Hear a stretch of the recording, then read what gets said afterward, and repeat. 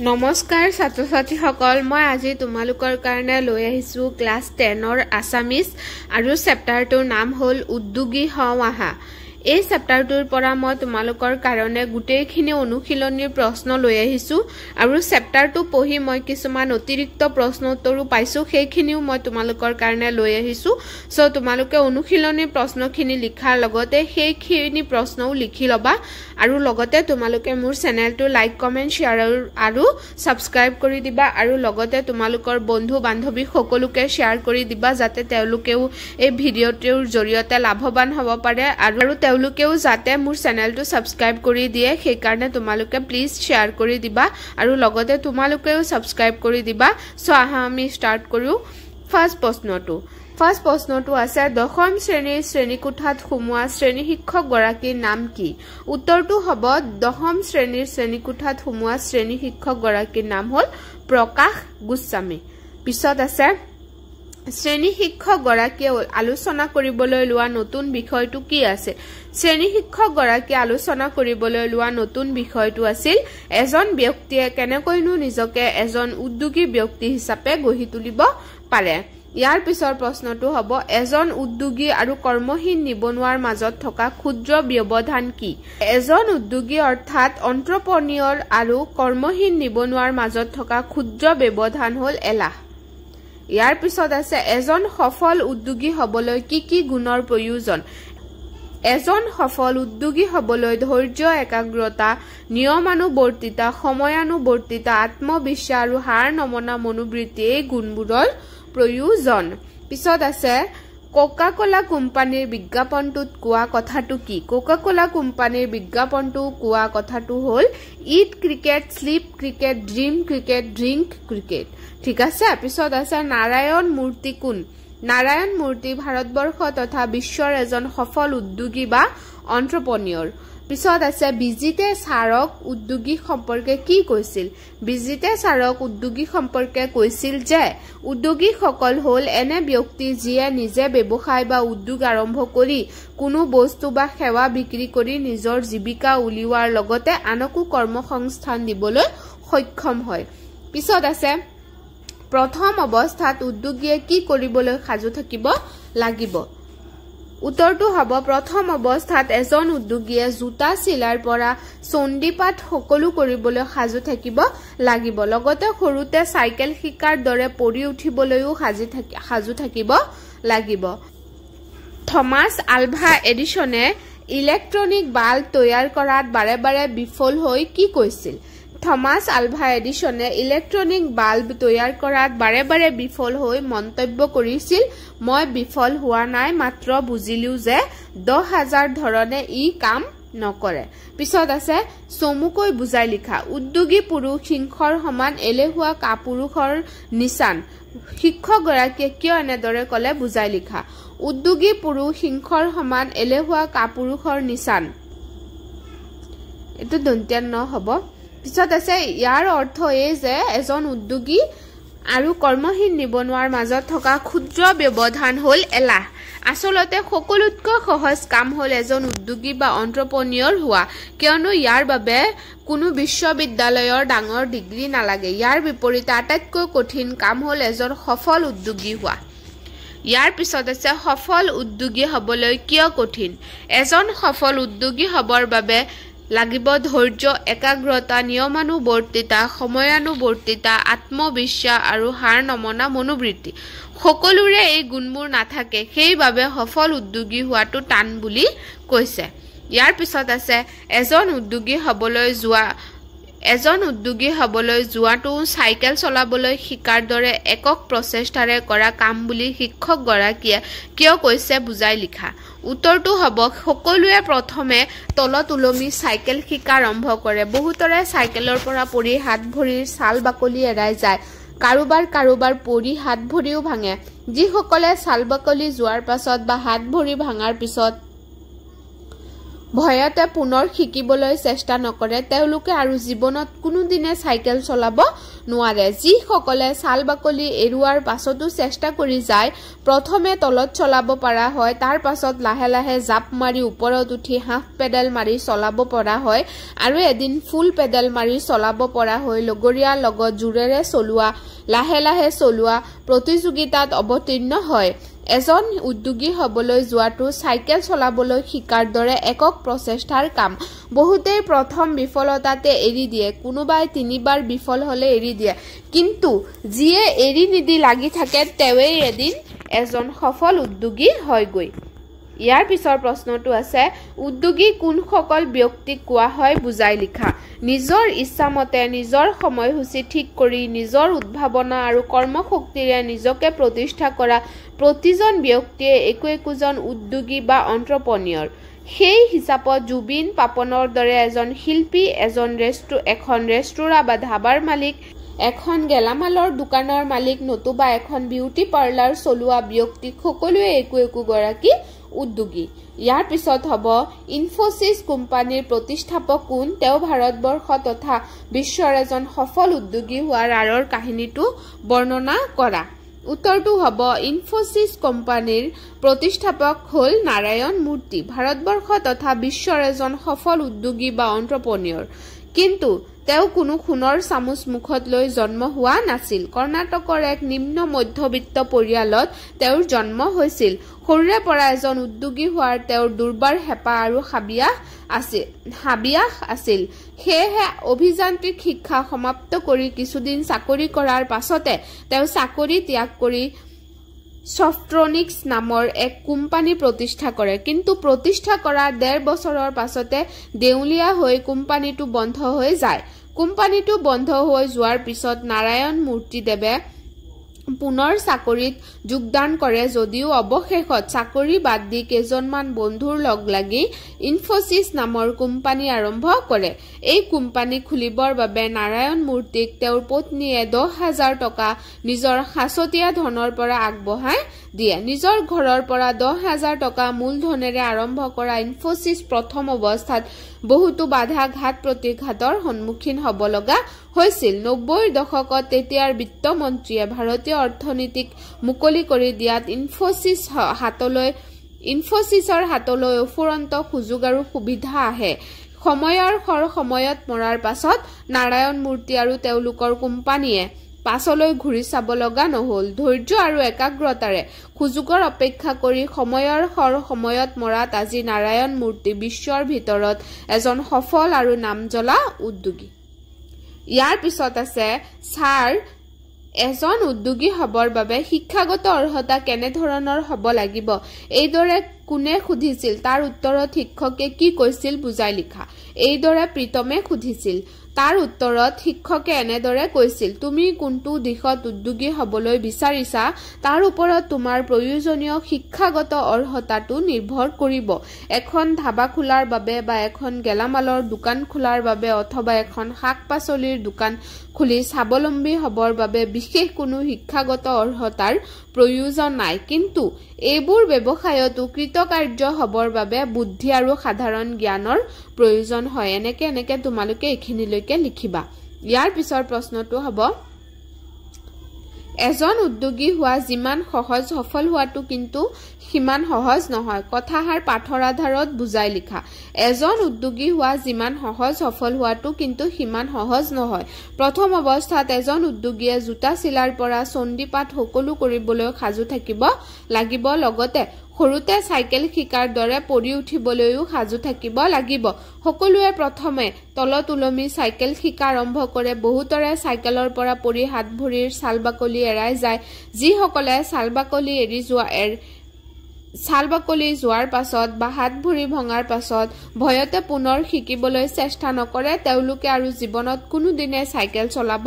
নোৱাৰে যিসকলে ছালবাকলি এৰুৱাৰ পাছতো চেষ্টা কৰি যায় প্ৰথমে তলত চলাব পৰা হয় তাৰ পাছত লাহে লাহে জাপ মাৰি ওপৰত উঠি হাফ পেডেল মাৰি চলাব পৰা হয় আৰু এদিন ফুল পেডেল মাৰি চলাব পৰা হয় লগৰীয়াৰ লগত জোৰেৰে চলোৱা লাহে লাহে চলোৱা প্ৰতিযোগিতাত অৱতীৰ্ণ হয় এজন উদ্যোগী হবলৈ যোৱাটো সাইকেল চলাবলৈ শিকাৰ দৰে একক প্ৰচেষ্টাৰ কাম তেনেকে তোমালোকে এখিনি লৈকে লিখিবা ইয়াৰ পিছত আছে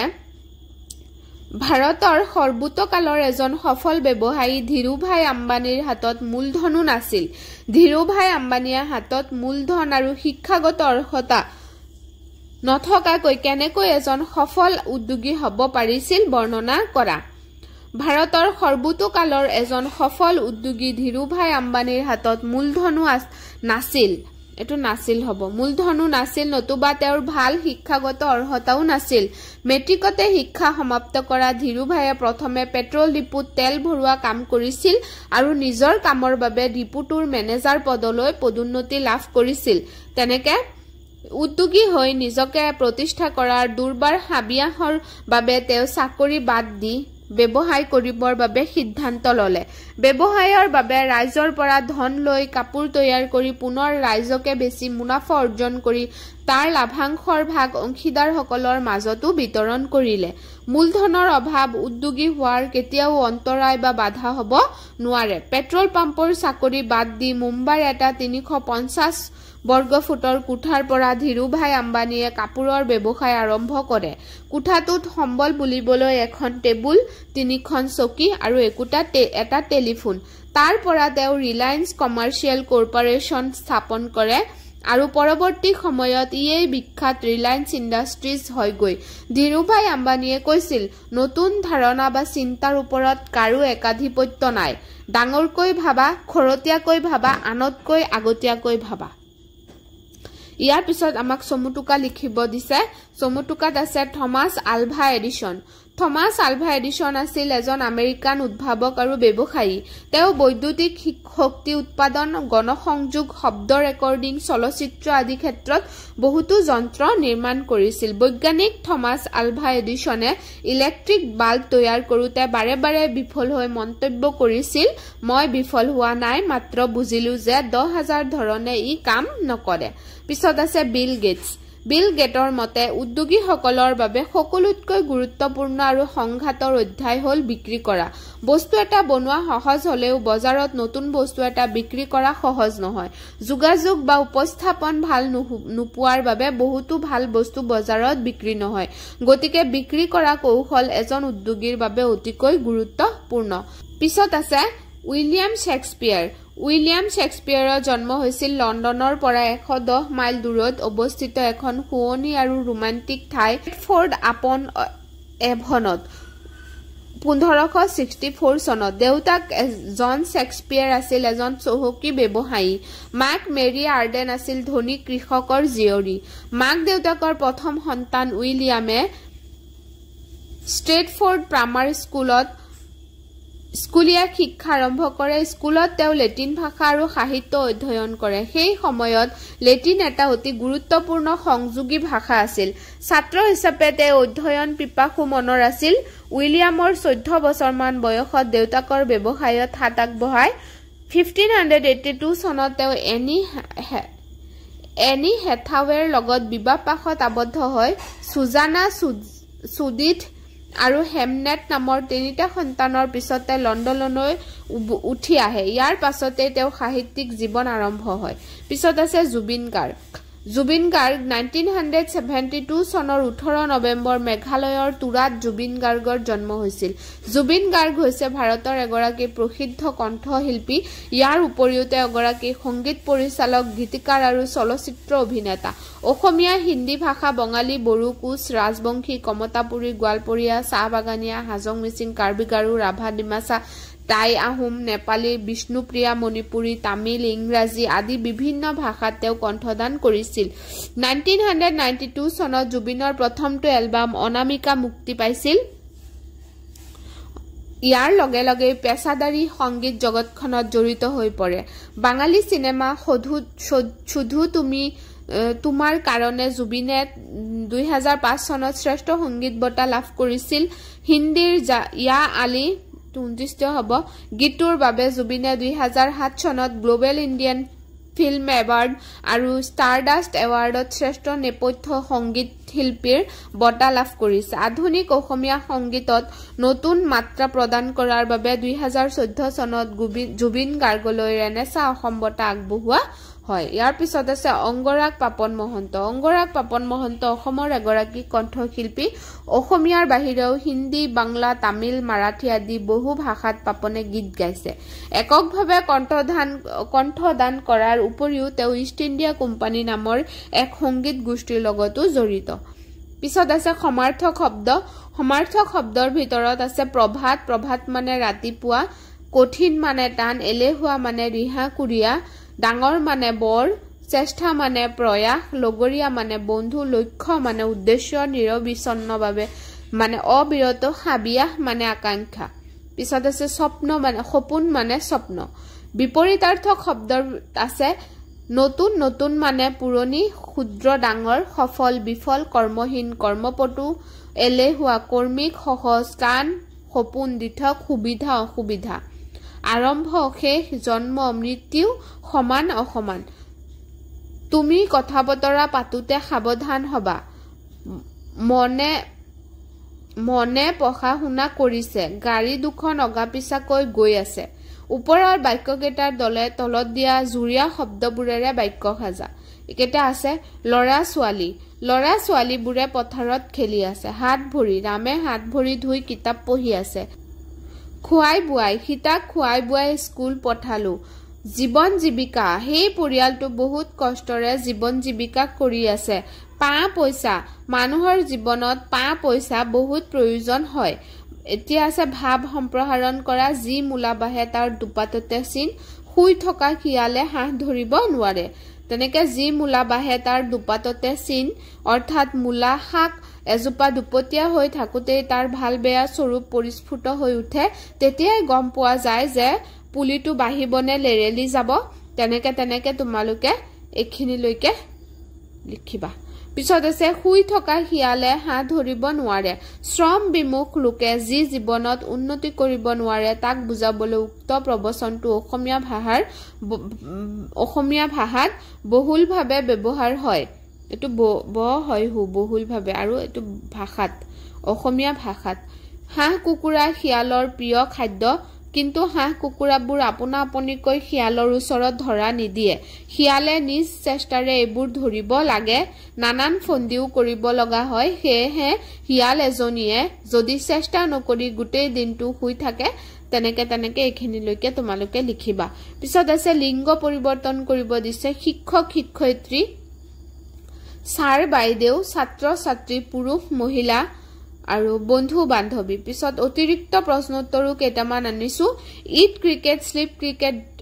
ড্ৰিম ক্ৰিকেট আৰু ড্ৰিংক ক্ৰিকেট এই বিজ্ঞাপনটো কোনটো কোম্পানীৰ কোকা-কোলা কোম্পানীৰ নাৰায়ণ মূৰ্তিয়ে প্ৰথমে প্ৰতিষ্ঠা কৰা কোম্পানীটোৰ নাম কি আছিল সফট্ৰনিক্স পিছত আছে জিএনআৰসি হস্পিটেলৰ স্বত্বাধিকাৰী কোন শ্ৰী নুমল চন্দ্ৰ বৰা ডাউন টাউন হস্পিটেলৰ স্বত্বাধিকাৰী শ্ৰী নৰেন্দ্ৰ নাথ দত্ত নেম কেয়াৰ হস্পিটেলৰ স্বত্বাধিকাৰী শ্ৰী হিতেশ বৰা অসম এয়াৰ প্ৰডাক্টছ আৰু প্ৰিমিয়াৰ ক্ৰায়জেনিক উদ্যোগৰ স্বত্বাধিকাৰী কোন অভিজিত বৰুৱা জ্ঞান ভিত্তিক অৰ্থনীতিত সেই সকল লোকে কৃতকাৰ্যতা লাভ কৰিব যি নিজকে বুজি পায় নিজৰ শক্তি আৰু মূল্য জানি সৰ্বোত্তম পৰিবেশন কৰে উক্ত কথাষাৰ কোনে কৈছিল মেনেজমেন্ট শাস্ত্ৰৰ গুৰু পিচাৰ্ড ড্ৰাকাৰে পিছত আছে আমাৰ ভাগ্য গ্ৰহ নক্ষত্ৰ নিৰূপণ নকৰে ই আমাৰ নিজৰ ভিতৰত থাকে উক্ত বাক্যশাৰীকাৰ উইলিয়াম শেক্সপিয়াৰৰ আপুনি যদি দুখীয়া হৈ জন্ম হৈছে সেয়া আপোনাৰ ভুল নহয় কিন্তু আপুনি যদি দুখীয়া হৈ মৰে সেয়া আপোনাৰ ভুল কথাষাৰ কাৰ্বিল গেটছৰ পিছত আছে আইৰ সম্পূৰ্ণ ৰূপ কি ইণ্ডিয়ান ইনষ্টিটিউট অফ এণ্টাৰপ্ৰেনিয়ৰশ্বিপ পিছত আছে উদ্যোগীসকলক প্ৰশিক্ষণ দিবৰ বাবে ভাৰত চৰকাৰে প্ৰতিষ্ঠা কৰা দুটা সংস্থাৰ নাম লিখা আইআই এটো ইণ্ডিয়ান ইনষ্টিটিউট অফ এণ্টাৰপ্ৰেনিয়ৰশ্বিপ আৰু ষ্টাৰ্টআপ ইণ্ডিয়া এই দুটা